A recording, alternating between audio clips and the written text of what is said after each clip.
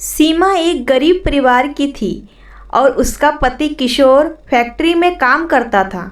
किशोर ने बहुत मेहनत से अपनी पत्नी सीमा को पढ़ाया लिखाया, जिसके बदौलत वो आज एक होनहार टीचर बन गई। शहर के सबसे अच्छे स्कूल में सीमा टीचिंग का काम करती थी। पर सीमा जिस 8वीं क्लास की टीचर थी, उस क्लास में लकी नाम का एक स्टूडेंट था जो पूरे क्लास में दादागिरी दिखाया करता था। अमीर बाप का बेटा होने के कारण कोई कुछ नहीं कह पाता था। वो हमेशा दूसरे बच्चों का टिफिन खा जाया करता था। ज्योति, आज तू क्या लाई है, दिखा जरा। अरे वाह, इसमें तो आलू के पराठे हैं। लकी ज्योति के सारे पराठे खा जाता है। तुमने मेरे सारे पराठे खा लिए, अब मैं क्या खाऊंगी? मैं अभी तुम्हारी शिकायत टीचर से करती हूँ। ज्योति अपनी क्लास टीचर सीमा से लकी की शिकायत करती है। लकी, तुमने ज्योति का टिफिन क्यों खाया? अब वो क्या खाएगी? अभी तुम अपना टिफिन उसे दोगे और मेरी क्लास से बाहर हो जाओ। मैडम, आप शायद भूल रही हैं, इस स्कूल को सबसे ज़्यादा पैसा मेरे पापा डोनेट करते हैं, इसीलिए आप मुझे इस तरह क्लास से बाहर नहीं निकाल सकती। पैसे ज़्यादा देते हैं तो क्या हुआ? स्कूल में सब बच्चे एक जैसे होते हैं, ना कोई गरीब होता है और ना ही कोई अमीर होता है। निकल जाओ मेरे क्लास से। लकी को क्लास से इस तरह बाहर जाना अच्छा नहीं लगा और वो मैडम पर बहुत गुस्सा था। वो सीमा से बदला लेना चाहता था। लंच का वक्त हो जाता है और सब टीचर एक जगह बैठ के लंच कर रहे होते हैं। तभी सीमा के टिफिन के ऊपर एक मकड़ी दिखती है और डर के मारे वो चिल्लाती है, बचाओ मकड़ी मकड़ी। मकड़ी बहुत से चली जाती है। क्या मैडम, एक मकड़ी से इतना डर गई आप? ये कोई उम्र है मकड़ी से डरने की? अरे डर का भला उम्र से क्या लेना देना? मुझे बचपन से ही मकड़ी से डर लगता है। लकी चुपके से अपने टीचरों की बातें सुन रहा था। लकी को पता चल गया था कि सीमा को मकड़ी से डर लगता है और उसने अपना शातिर दिमाग लगाना शुरू कर दिया। अगले दिन सीमा जब बच्चों को पढ़ा रही थी, तभी वॉचमैन वहाँ आता है। मैडम, आपको प्रिंसिपल सर बुला रहे हैं। सीमा जैसे ही क्लास से बाहर जाती है, लकी सीमा के बैग में एक मकड़ी डाल देता है और चुपचाप अपनी जगह जाके बैठ जाता है। सीमा जैसे ही प्रिंसिपल के रूम से आती है और अपने बैग से चश्मा निकालने के लिए जैसे ही बैग में हाथ डालती है, उसके हाथ में मकड़ी आ जाता है और मकड़ी हाथ से चलकर सीमा के बालों में जाके चिपक जाती है, जिसे देख के वो डर जाती है। बचाओ बचाओ बचाओ मकड़ी बचाओ। सीमा अपने बालों को खोल देती है और चिल्लाती रहती है। सीमा की ये सब हरकतें देख के बच्चे हंसने लगते हैं। प्रिंसिपल भी वहाँ आ जाता है। सीमा, क्या है ये सब? ये किस तरह की हरकतें हैं? सर, वो मेरे बालों में मकड़ी चिपक गई थी, मैं बहुत डर गई थी। क्या मकड़ी? एक मकड़ी के लिए इतना शोर मचाया तुमने? तुम में अकल नाम की चीज नहीं है क्या? तुम्हारी वजह से पूरा स्कूल डिस्टर्ब हो गया। एक हफ्ते के लिए तुम्हें स्कूल से निकाल दिया जाता है। लकी ये सब देख के बहुत खुश हो रहा था। सीमा बहुत उदास थी क्योंकि उसे एक हफ्ते के लिए स्कूल से निकाल दिया गया था। हमेशा गरीब को ही क्यों दबाया जाता है?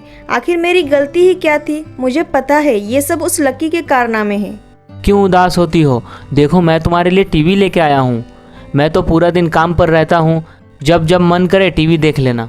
सीमा टीवी देखने लगती है और उस पर स्पाइडरमैन की मूवी आ रही होती है, जिसे देख के सीमा, बाप रे, मकड़ी की मूवी?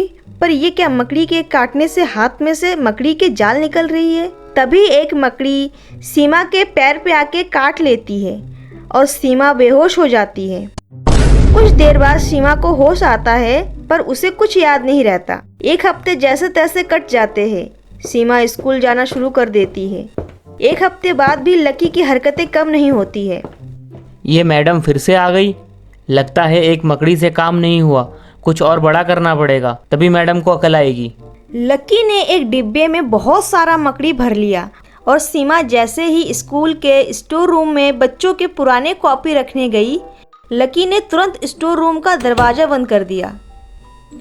अरे, ये दरवाज़ा किसने बंद किया? कोई है? मैं अंदर हूँ, दरवाज़ा खोलो, कोई है? अब आएगा मज़ा। ये सारी मकड़ियाँ मैडम को काटेंगी। मैडम को अब पता चलेगा लकी से पंगा लेने का नतीजा। मुझे क्लास से बाहर किया था ना। आज के बाद मैडम कभी क्लास में आने के लायक ही नहीं रहेंगी। लकी ने वो सारी मकड़ी जो उसने डिब्बे में बंद कर रखी थी वो सारी उस स्टोर रूम के दरवाजे के नीचे अंदर को छोड़ देता है। कुछ देर तक सीमा के चिल्लाने की आवाज आई, मकड़ी मकड़ी, अरे मकड़ी, अरे तुम क्यों डर रहे हो? तुमको डरने की आवश्यकता नहीं है, अब तुम भी हमारे प्रजाति के हो गए हो। क्या तुम्हारी प्रजाति मतलब? ये क्या बोल रहे हो तुम? क्या मैं अब इंसान नहीं रही? हे भगवान, ये क्या हो गया? अरे नहीं नहीं, मेरा मतलब है उस दिन मेरे काटने में तुम बेहोश हो गई थी। मेरे काटने से जो बेहोश हो जाता है वो हमारी प्रजाति का बन जाता है। अब तुम भी हमारे जैसा जाल बना सकती हो। अब तुम अपने इस अनोखी शक्ति से इस लकी को सबक सिखा सकती हो। जाओ और इस लकी को सबक सिखाओ। लकी को बहुत देर तक सीमा की आवाज सुनाई नहीं देता है। लगता है मैडम को मकड़ी ने अच्छे से सबक सिखा दिया होगा। जरा देखूं मैं भी। लकी ने जैसे ही दरवाजा खोला उसने देखा सीमा अंदर नहीं है। लकी सोचने लगता है कि आखिर मैडम कहाँ गई। तभी उसकी नजर दीवार पर पड़ती है। सीमा मकड़ी के जाल के जरिए दीवार पर चिपकी रहती है। लकी ये सब देख के डर जाता है और बहुत से भागने लगता है। सीमा अपने हाथ जैसे ही आगे करती है उसके हाथ की हथेली से मकड़ी का जाल निकलता है और वो दरवाजा बंद कर देती है। लकी ये सब देख के और डर जाता है। सीमा मकड़ी के जाल से लकी को फंसा देती है। छोड़ दो मुझे माफ कर दो मैडम। नहीं, तुम इसी लायक हो। तुम जैसे बच्चों की वजह से गरीब इंसान की कहीं भी कदर नहीं है। तुम जैसे बच्चों में दूसरे के प्रति सम्मान होता है और ना ही इज्जत। बस पैसे के बलबूते दूसरे को नीचा दिखाते रहते हो। तुम्हारा यही असर होना चाहिए। अब भगवान ही बचाए तुम्हें। सीमा ऐसा बोल के बहुत से जाने लगती है। तभी लकी बोलने लगता है, मुझे माफ कर दो मैडम। आज के बाद मैं कभी पैसे का घमंड नहीं दिखाऊंगा, किसी को परेशान नहीं करूंगा। मुझे माफ कर दीजिए मैडम।